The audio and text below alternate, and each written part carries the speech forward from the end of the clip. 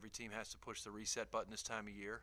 As we always say, every season writes its own story, and we've got a new story to try and write. So our players have done a good job of focusing on that, preparing for a tough non-conference schedule, which includes games again at Michigan again, and then also opening up against Stanford out in Las Vegas, and an incredibly tough tournament field out there at Thanksgiving.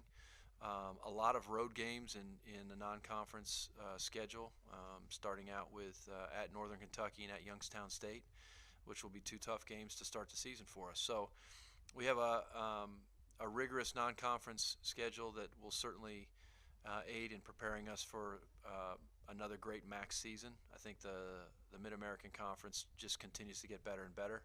One of the best, if not the best seasons in MAC history as far as RPI goes, and as far as postseason play appearances and what the MAC was able to do. Really proud of what our players were able to do in the MAC East, but we also know that the MAC West is and I think every coach in the league would say the MAC West is just loaded with talent, and was last year.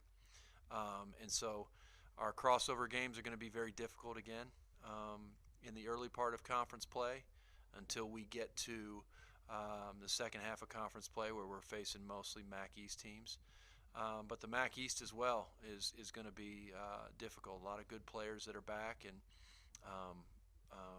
our players are excited for that challenge. We talk about it every day, and now it's time to just kind of over the last week of practice try and fine-tune some things. Hopefully we're where we need to be as we go into some close scrimmages next weekend, and then hit the ground running on November 11th against Northern Kentucky.